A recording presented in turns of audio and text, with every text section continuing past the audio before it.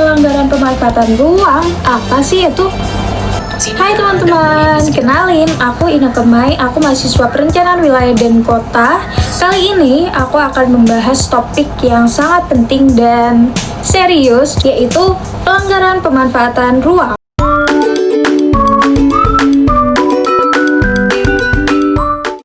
Secara singkat, pelanggaran pemanfaatan ruang adalah ketidaksesuaian antara penggunaan lahan atau bangunan dengan rencana tata ruang yang telah ditetapkan oleh pemerintah setempat. Ini terjadi ketika individu atau entitas tidak mematuhi peraturan yang mengatur penggunaan lahan atau bangunan yang biasanya telah diatur dalam dokumen tata ruang atau peraturan zonasi. Yuk kita lihat contoh-contohnya.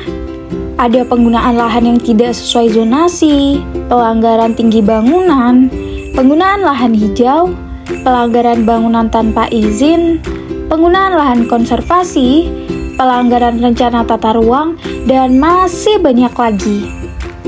Jadi kita semua harus tahu bahwa pelanggaran pemanfaatan ruang itu bisa punya dampak serius loh teman-teman, seperti merusak lingkungan, menurunkan kualitas hidup masyarakat, dan bahkan bisa menyebabkan ketidakstabilan wilayah. Oleh karena itu, penegakan aturan tata ruang dan perencanaan kota menjadi krusial untuk menjaga keseimbangan dan keberlanjutan penggunaan lahan. Sanksi yang biasanya diterapkan untuk pelanggaran ini cukup beragam, mulai dari peringatan tertulis, penghentian sementara kegiatan, hingga pencabutan izin dan denda administratif yang serius. Dalam beberapa kasus ekstrem, bahkan pembongkaran bangunan bisa menjadi konsekuensi. Perlu diingat juga, pelanggaran pemanfaatan ruang nggak hanya berhadapan dengan sanksi administratif, tapi juga bisa berujung pada sanksi pidana. Undang-Undang Nomor 26 Tahun 2007 tentang penataan ruang menjadi landasan hukum untuk semua aturan dan sanksi ini. Contoh kasusnya adalah penyimpangan dan pelanggaran pemanfaatan ruang terhadap rencana tata ruang wilayah di Provinsi Jawa Barat. Terdapat 3 poin pelanggaran yang dilakukan pada kasus ini. Yang pertama adalah perbedaan luas peruntukan ruang, yaitu perbandingan antara penggunaan tanah dan rencana detail tata ruang menunjukkan adanya perbedaan luas peruntukan ruang yang signifikan, terutama pada kawasan pertanian lahan kering. Yang kedua adalah pelanggaran RT/RW. Terdapat pelanggaran terhadap rencana tata ruang wilayah yang ditetapkan oleh Pemda Jawa Barat, terutama di Kabupaten Bogor, Puncak, dan Cianjur. Pelanggaran ini dipicu oleh ekspansi kawasan perumahan dan industri yang berkembang di wilayah DKI Jakarta. Yang ketiga adalah kurangnya partisipasi masyarakat. Akan pentingnya rencana tata ruang wilayah menjadi salah satu faktor terjadinya pelanggaran ini. Landasan peraturan perundangan pada kasus ini adalah Undang-Undang Nomor 26 Tahun 2007 tentang penataan ruang yang merupakan landasan utama mengatur tata ruang dan perencanaan wilayah di tingkat nasional. Yang kedua adalah Undang-Undang Nomor 23 Tahun 1997 tentang pengelolaan lingkungan hidup, karena terkait dengan perlindungan lingkungan hidup dalam konteks pelaksanaan tata ruang. Yang ketiga adalah Undang-Undang Nomor 41 Tahun 1999 tentang kehutanan, karena berhubungan dengan pengelolaan kawasan hutan dan pelestarian lingkungan.